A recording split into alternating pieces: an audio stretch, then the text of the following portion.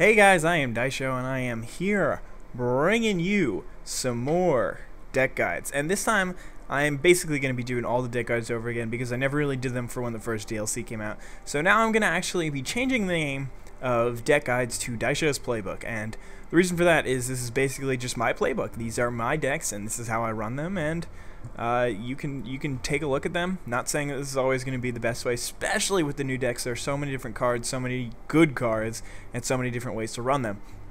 So the way I currently have this March to War deck set up, Glory of War, but there's so many. I can't even pronounce any of these names. But anyway, the way I currently have March to War set up is as a token deck, and like I love some of the things in, but I'll just go through all the cards one by one. I'm also going to talk specifically about each specific card and what each card can do, all of its adaptations and stuff. So I'm going to try to give you the whole picture of this deck. We're even going to go through the cards that I didn't put in the deck, and I'm going to be talking about those a lot. Anyway, Brave the Elements is my first card. Brave the Elements is just an amazing card. I've talked about it before in Wielding Steel, because it's also in that deck. But choose a color. What creatures you control gain protection from the chosen color until end of turn. So especially get with like Skin Render or even Flametongue Kavu, if they play a creature like that who it comes into play and then it has an effect that deals damage or targets your creatures, then this card makes that so that they have to target their own creatures with that ability. So that's one amazing adaptation. Another one is if you have a really important card, like let's say you have an Ajani's Pridemate out and they try to kill it or whatever, you can just in response do this. They can't target it, therefore their card fizzles and just doesn't do anything. So those are two amazing adaptations. A third adaptation, if you have a bunch of guys but they have a bunch of chump blockers, you can just swing in and they won't be able to block because your cards will have protection from them. Fourth adaptation is that if they swing in, then you can do stupid blocks and then give protection, and then your creatures won't take damage from your opponent's creatures and you'll still be able to kill them. So it could be like a card, like this could turn out to be a card that not only Holy Days but also kills 3 of their creatures, something like that. And Holy Day, for those of you who don't know, prevents all combat damage. But anyway, it's just a really amazing adaptable card. This card is never leaving this deck no matter what, especially since all the creatures are white. Some of them have red in them, but they're all white too.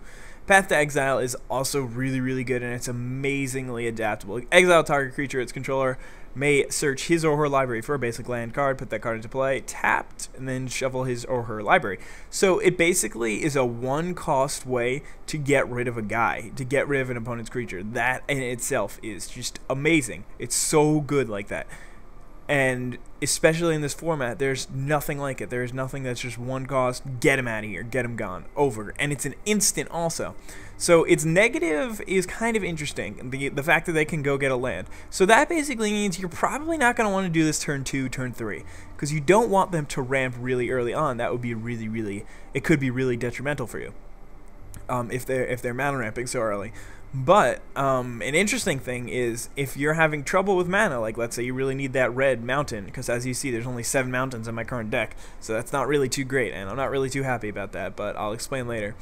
Anyway, so this card is just not good in those scenarios. I mean, it's not good in those. It's really good in those scenarios because you can get rid of one of your 50,000 billion, 100 billion, trillion tokens, and then go find yourself a land, and then you'll have all that you need to lay the destruction and devastation upon your opponents. So really glad that they included this card, and they run 3 of them. It's amazing.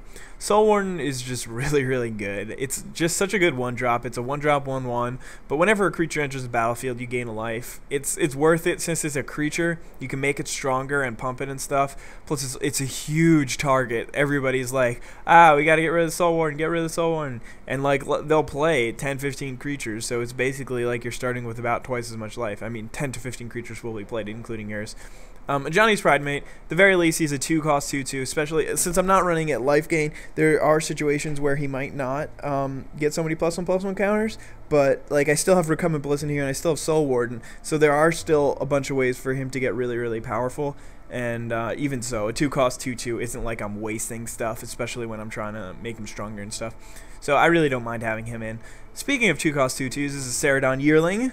He 2/2 Vigilance Haste. I really like this card for 2 cost. So he's a really good card.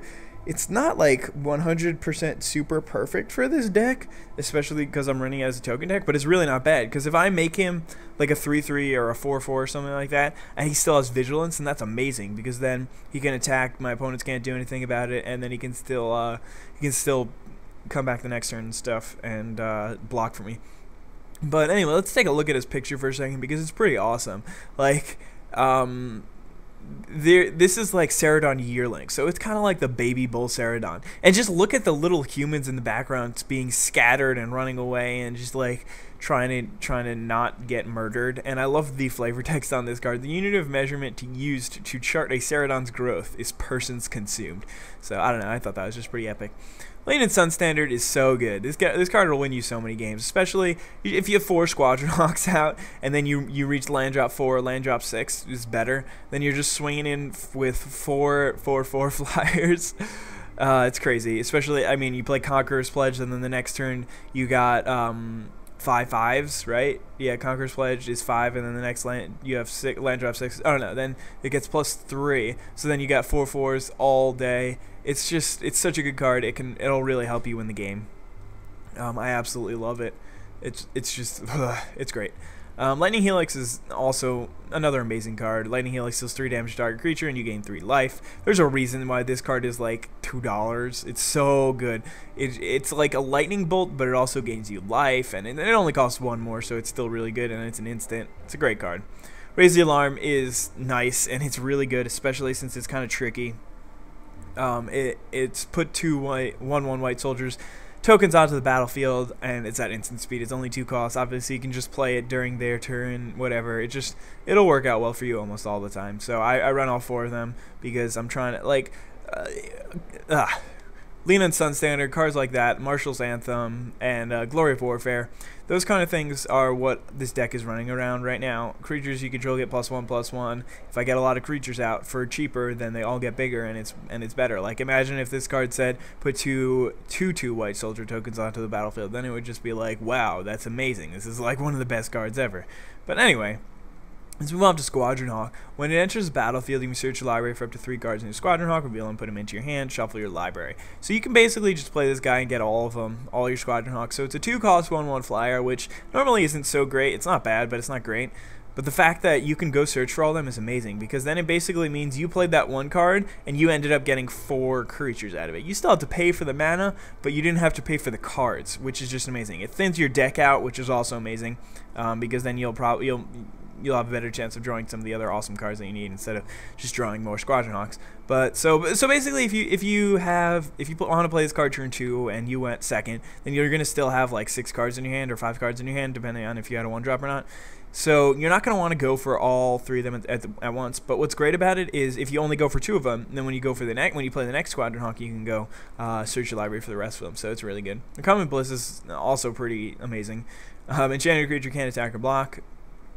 So it's like pacifism. It's like a 3-cost pacifism, but you gain life. So it really helps with Johnny's Primate. Otherwise, it's not too useful, especially in the way I have it set up. Skynet Legionnaire is nice. It's a 3-cost 2/2 flying haste. That's pretty much all it is, but that's pretty good. Like 2/2 flying haste is nice, and especially since it's only a 3-drop. So it's pretty nice. But yeah, Solemn Offering is destroy target artifact or enchantment. You gain 4 life. Amazing in this format. There's now so many good enchantments, especially with this deck and the zombie deck. You're gonna need this card if you want to actually do anything. Glory of Warfare, as long as it's your turn, creatures you control get +2/+0, and that's really the only part I care about. I mean, as long as it's not your turn, creatures you control get +0/+2 is nice sometimes, but in general, it's just the +2/+0 is amazing, especially with Squadron Hawks, with Conqueror's Pledge, stuff like that, which I'm about to get up to. It's really amazing. Marshal's Anthem, creatures you control get +1/+1. I love it. I mean, it's a 4-drop, which is annoying because it's like there's Glorious Anthem, which is just +1/+1 for 3, and then there's Honor the Pure, which would have been even better, which is just +1/+1 to your white creatures for 2. But it also has the multi-kicker, so if it's late game, it'll be really useful. And I mean, you always see me saying that I like adaptable cards, so that's why I kind of like this card. Conqueror's Pledge. 5-drop, put 6 creatures onto the battlefield. That's amazing. Like, you're almost never going to get to an 11-drop, but if you do, then you get 12 tokens on the battlefield. Like, why not? This card basically wins you the game as long as you have a Glory of Warfare or a Lean and Sun Standard out. Even with Marshall's Anthem, it's still pretty good to have 6/2/2s. And then there's Victory's Herald, which is just like icing on the cake, really. If you throw, I mean, he's a 6-cost 4/4 flyer with lifelink. So, I mean, when it's attacking, it's got lifelink, so that's already pretty good. And the fact that it gives all your other guys flying in lifelink just basically means when you play that card, you're going to win the game. Darksteel Axe isn't bad, but I feel like it's not that necessary to give one of my creatures +2/+0. It would be nice if it gave all of my creatures +2/+0, but that's what all the other cards are there for. Ace is good. He's a 1-drop 2/1. Maybe he's more worth it to have in the deck than a Johnny's Pride Mate at this point, but I don't know. I mean, there's still a lot of life gain in here, even though it's more of like a soldier token deck. But either way, Elite Vanguard is a good card, but I really couldn't find a place for him. Angel's Feather has its place in this deck. If you are running it like a life gain deck, then it's one of the best cards in the deck. It's really good. Helps the Johnny's Pride Man out so much. Why is Burrow's Swiftblade not in the deck? Hold on. This is weird. Burrow's Swiftblade should be in the deck. Sorry about that, guys. I usually like to fix all these kinks and stuff. So, as I said earlier, I love Ceradon Yearling, and he's a really good card, and I would love to have more of him in the deck. But there's really, I've been looking through this deck, and there's, nothing I can take out. I mean, the only thing I can take out is Sky Knight Legionnaire, but I do like the extra flying in case I don't draw Squadron Hawk, then I'll still have a flyer or two. Anyway, Bolt Defense. Let's talk about this card, because it's been a little bit, controversial, I'd say. So it's a 3-cost instant. It gives your creatures +1/+1 until end of turn. That is not the worst card in the world. I don't love it, but I don't hate it. I mean, at first I was like, God, this card is so bad. But now that I think about it, maybe it's not a great card, but in this format, it's not bad. It's got tricks. 3 costs for +1/+1 is not bad. It's a trick. It'll confuse your opponents a lot, and that'll be useful. And then it also has the ability to be kicked, so if you do have 7 mana, then this card can basically just wreck them. I mean, I'd rather play Mass Calcify, but that's just me. But it could also help you win the game because it could give your creatures +2/+2, so it's not the worst card in the world. It really isn't. But again, there's just so many good cards in this deck. And the more that I go through this, I'm actually going to show you something at the end of this deck. At the end of this guide, I'll show you a different way to run the deck, because we'll talk about it in a minute. Searing Meditation it's just an absolutely amazing card. But it was one of those cards where I decided, all right, I can either put this in the deck, or I can put Conqueror's Pledge in the deck, or something like that. So this card, while it can help you win so many games, because it can just basically if you have Recumbent Bliss out and Soul Warden out, and anytime, or Angel's Feather, anytime one of those things activates, you can just kill a target creature. It's just so good because it can just keep killing over and over and over again. So that's why this card's amazing. The only problem is, there's just so many good cards that it's just hard to find anything in the deck to take out where it's just like, oh, Searing Meditation is always going to be more useful than this one. White Sun Zenith. Alright, so I mean, I got really annoyed in the last game, and yeah, it's going to be the last game that I've posted, I think. So where I talk about it and I'm just like yelling at you guys, basically, because I was just really pissed that this card beat me and he drew it twice. So it was really nice, because I don't think that this is a good card. And people were saying, no, Daisho, it's a good card. And then I looked it up online, and in general, cards that are good, they're expensive. Path to Exile is like a $5 card. Lightning Helix is like a $2 card. This card is a rare, so that means that it's less common, which means that it should be expensive, but it's still only like 25-50 cents. So it's still a really cheap card to buy. So that's what gives me cause to say that this card is actually not a good card, because there's kind of proof. Now let's just go through all the scenarios. So if you draw it in your starting hand and you never get up to 5 lands, then it's going to be useless to you. Because if you're paying 4 to get a 2/2 at instant speed, then that's awful. If you're paying 5 to get 2 2/2s at instant speed, then I would say it's still bad. And by the time it's 6, it's okay. 7, it's getting better. And the only problem is when you get up to that point, when you get 7, okay, I get 4 2/2s. Well, I'd rather just pay 7 to use Mass Calcify, kill all of their guys, and have all of your guys survive. I mean, I just like that play better. But I mean, White Sun Zenith, I don't know. I mean, it's an instant card. I think I should probably use it before I hate on it too much, but for now I don't really like it. Anyway, Sun Home Enforcer, I've never really used him. I've seen him do decently against me since he's got like lifelink, but I don't know. I don't really like it too much. Adriel Cruz Wojak Veteran, he's interesting. The problem with him is it says attacking red creatures get +2/+0 and attacking white creatures get +0/+2, and I took out most of the red creatures from the deck, so it's just like, oh yay, now my Squadron Hawk's a 1/3 and swinging in. Why isn't it a 3/3? Like, if it made all my creatures 3/3s, then I would probably have it in, but it's a 5-drop 3/3 guy, and like, yeah, he swings in for a 5/5, but I don't even want a 5-drop 5/5, so I'm not going to throw him in there. Basandra Battle Seraph is an interesting card, but the only problem is I like casting spells during combat, and there's not that many situations where I'm going to need a 5-cost 4/4 flyer, and its last ability is pretty good, and I do like it. But I couldn't find anything to take out. I mean, there's so many good cards in it. In this deck, Bolcerodon is just a little expensive. I mean, he's an amazing card when he's on the battlefield. He really helps out. But like, if you think about it, he can be chump blocked. And there's so many other cards that I'd rather have in the deck. Like, I'd rather have Burrow Swiftblade, somebody who's going to really benefit from being pumped, rather than, oh, he's an 8/8 now. That doesn't really matter. He's just going to get chump blocked anyway. And then there's these two mass calcifies, destroy all non-white creatures, where again, if I had the mana, I mean, if I had the space in the deck for him, then I would use him. But anyway, now let's go back here, and I will show you how I would run the deck if I wanted to not be as original. So I mean, I've definitely I didn't think of this myself, and actually no, I did think of it myself.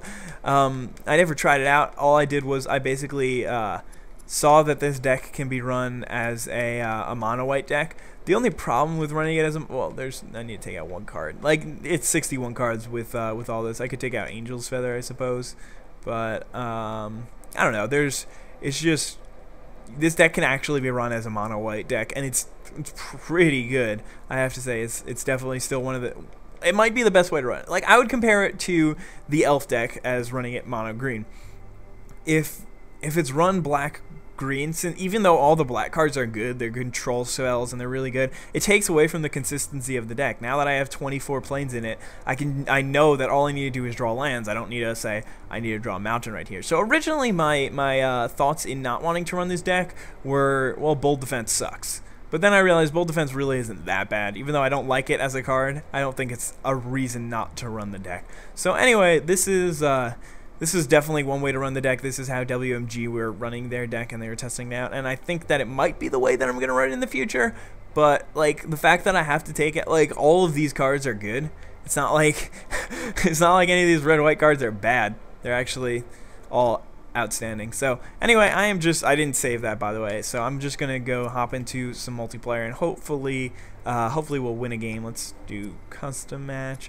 Hopefully we'll win a game. If not, then we'll lose a game. By the way, something that I figured out, WMG had figured out their whole thing about if you're waiting in the lobby and the little box is checked, then that means that they know you're playing one of the new decks. But what I figured out is that if you join somebody's game, then you know that you're going to get the matchup, like the mirror matchup or whatever. All right, I'll take this hand. I got the mountains and the planes that I need. I have removal that I need, and I have a 2-drop and a 3-drop, so I like that. But anyway, I don't really like playing the mirror, so it's kind of annoying knowing that I'm going to play the mirror. Wow, we got Soul Warden. That could not have worked out any better for me. I'm just going to go quickly check how long I've been doing this. Wow, 21 minutes. I mean, it's probably been 15 minutes of me just talking about that deck. And so today is Thanksgiving. No, it's not. It's Tuesday. This week is Thanksgiving. I'm pretty sure everybody knows about Thanksgiving, like everybody around the world. Not 100% sure, but yeah, so today is the day before Thanksgiving. 2 days before Thanksgiving, and I'm going home tomorrow, so I am not going to swing in here because he might have a raise the alarm. By the way, that was my reasoning for that. It looks like he doesn't, but it was, I definitely would do that 100% of the time. Oh wow, he's playing Oromancer. That's going to be interesting. I don't really care. The only thing that I'm scared about right now is canopy cover. Huh. I have to make a decision here. Do I want to swing it? Do I want to play Sky Knight Legionnaire now, or should I just wait a turn? I think I'll just wait a turn. I'll swing in with my Swift Blade because I really don't care if he dies. If he dies to a Gnarlid, then I'm happy because he'll trade with it. So then that'll work for me. But yep, just as I suspected, he's not going to. And I'll Path to Exile if he's going to play Canopy Cover. And that's basically it. Hopefully I can get him... Okay, Canopy Cover, right? Yeah, perfect. So that's why I didn't do that, guys. That would have been really, really detrimental for me. If he could get a Gnarlid with Canopy Cover on it, then there's pretty much nothing that I can do in this deck to save me. So I'm really, really glad I made that play there.